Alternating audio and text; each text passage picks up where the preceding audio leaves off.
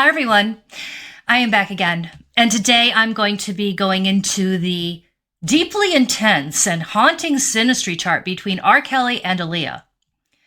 As always, I will be telling the story through the lens of astrology with a special focus on the asteroids like I always do, because I believe that the asteroids are the supporting cast in a synastry chart between two people, and they have a story of layered nuances that really contribute to the overall dynamics between two people.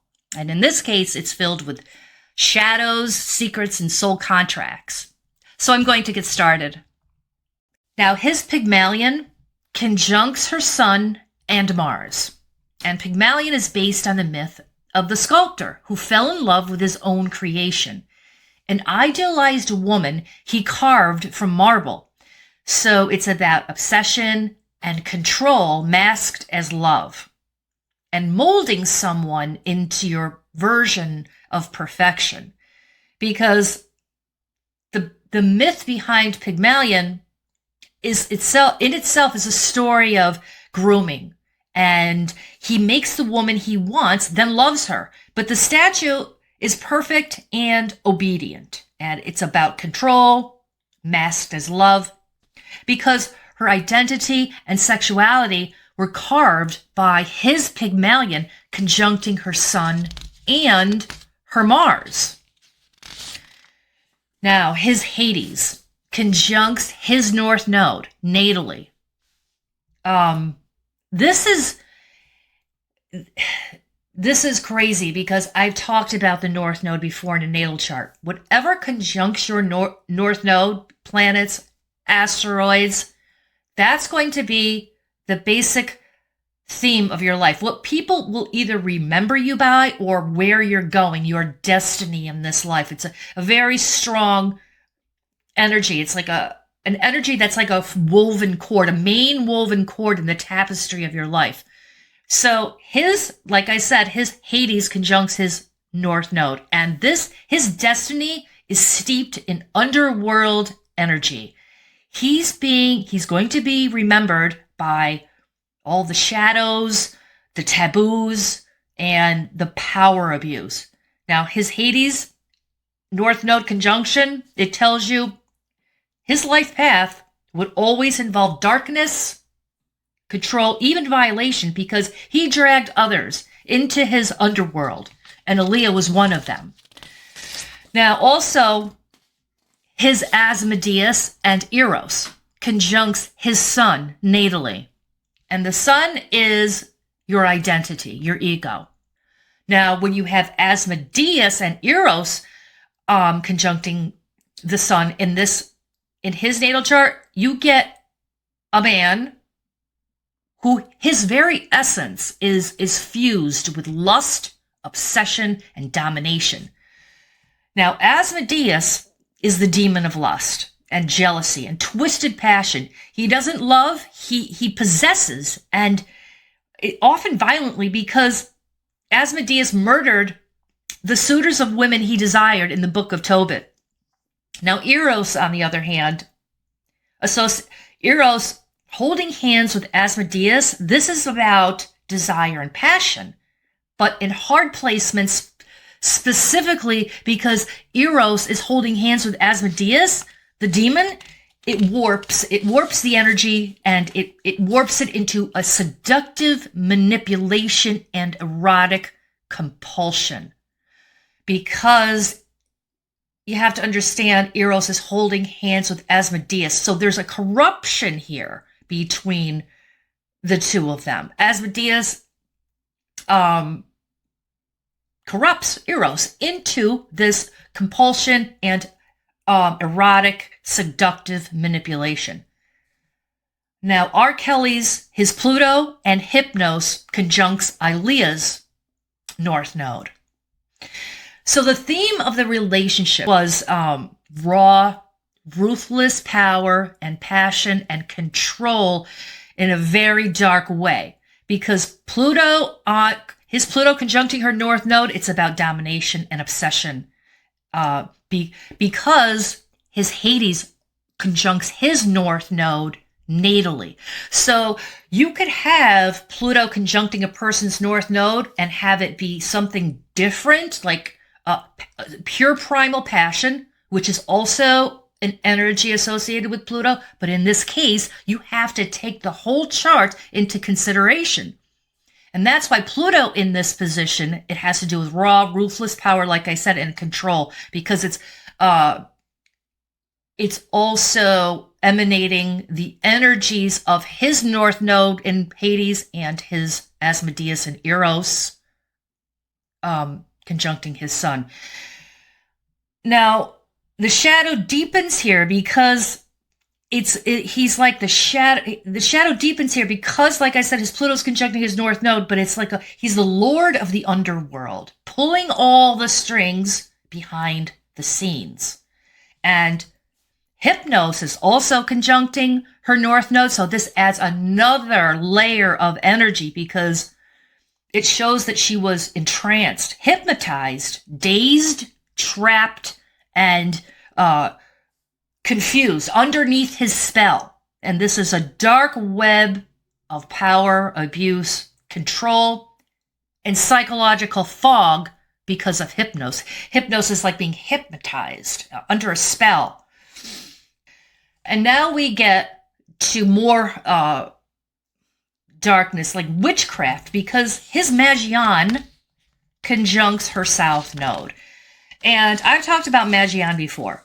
Magian has to do with magic, sorcery, like a magician waving a magic wand. And the south node, it's not just about karma, it's also the energy and patterns you know and are familiar with. It's your comfort zone. And I've also talked about that before.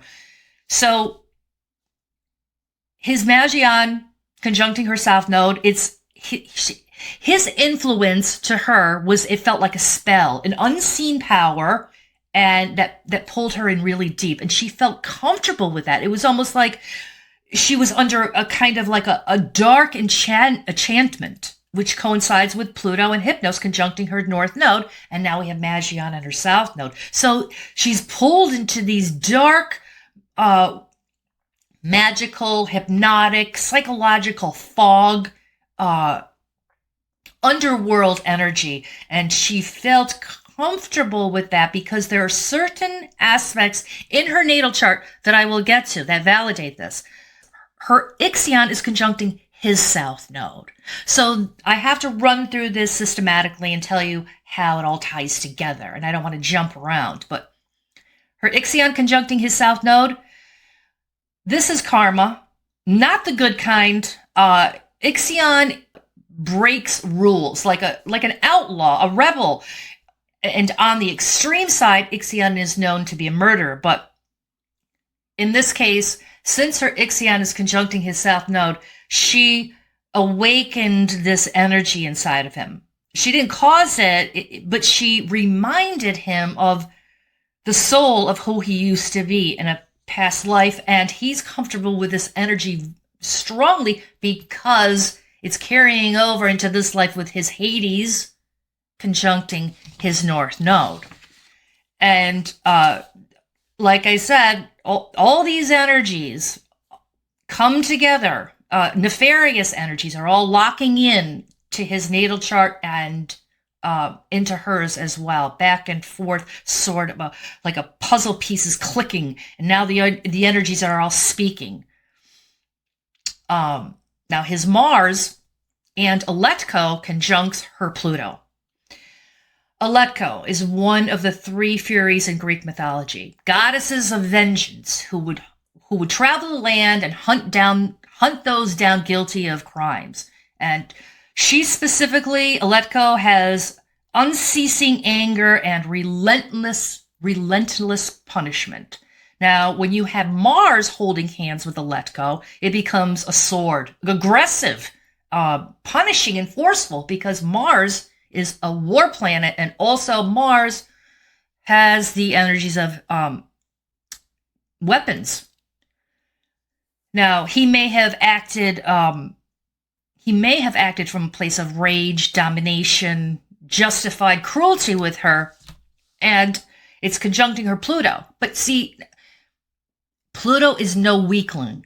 But when it's on the receiving end of Mars and Let Go together, there's almost like she could be forced into submission and silence with control and domination, because all of his other asteroids and his Pluto is conjuncting her North Node, his Hades, it all ties in together. So it's kind of like she doesn't really have a choice. Well, actually, she kind of does, because in her natal chart, she has Venus, the love planet, conjuncting her Proserpina and Sappho. And Proserpina, queen of the underworld. And this is where it gets really interesting, because since her Venus is conjuncting Proserpina and Sappho, that has to do with artistic devotion, eroticism, and she was destined for this deep sort of poetic love, but there's also tragedy involved here because, like I said, Proserpina is queen of the underworld, and she was abducted by Hades, which would be R.Kelly. Crazy. It gives me chills. The more I get into this chart, the more it all comes out in the open. They're all these asteroids and the dwarf planets, the stars, they're all like, here it is, here's the story. Now, her Venus is conjuncting Proserpina. So in a woman's chart, whatever you have conjuncting your Venus, this is what you're going to, you'll love this. It'll be part of your energy in the love department, and she may be drawn to unconsciously to dark Plutonian type figures, the ones who promise power but offer possession, because Venus is the love planet and it's conjuncting Proserpina, the queen of the underworld. She's comfortable with this shadowy sort of Plutonian characters. So she was wired to love deeply, to see the poetry in the darkness, because Sappho is there. Sappho has to do with highbrow eroticism, and it's also has to do with the arts and literature. So there's a possibility, she can surrender emotionally to others that had the ability to dominate her with this dark Plutonian energy that could be predatory. And in his case, it was. So when she met him, his natal Asmodeus, his Eros with the sun, his Pluto Hypnos on her North Node, and his Pygmalion conjuncting her Mars and Sun, all of this, she became the Persephone to his Hades, the innocent bride that was abducted and drawn into the underworld, that it looks like fate, but it was actually a hellish existence. Now, also in her natal chart, her Mars and Priapus conjuncts his Venus. So in her natal chart, she has Mars and Priapus, and it's conjuncting his Venus, the love planet. And Priapus has to do with raw primal desire. Priapus represents untamed sexual appetite. Their connection wasn't gentle. It was an addictive, animalistic compulsion full of fire and danger, which is exactly the energies of Priapus conjuncting her Mars. She fed off, she loved this fire, this underworld sort of energy, because Proserpina is conjuncting her Venus. And her Mars and Priapus is conjuncting his Venus. So this is like one big grouping of love, power, sexual primal instincts and compulsions, and the desire to connect with somebody on a very totally different level. It's like a primal hunger is what I'm trying to get to here.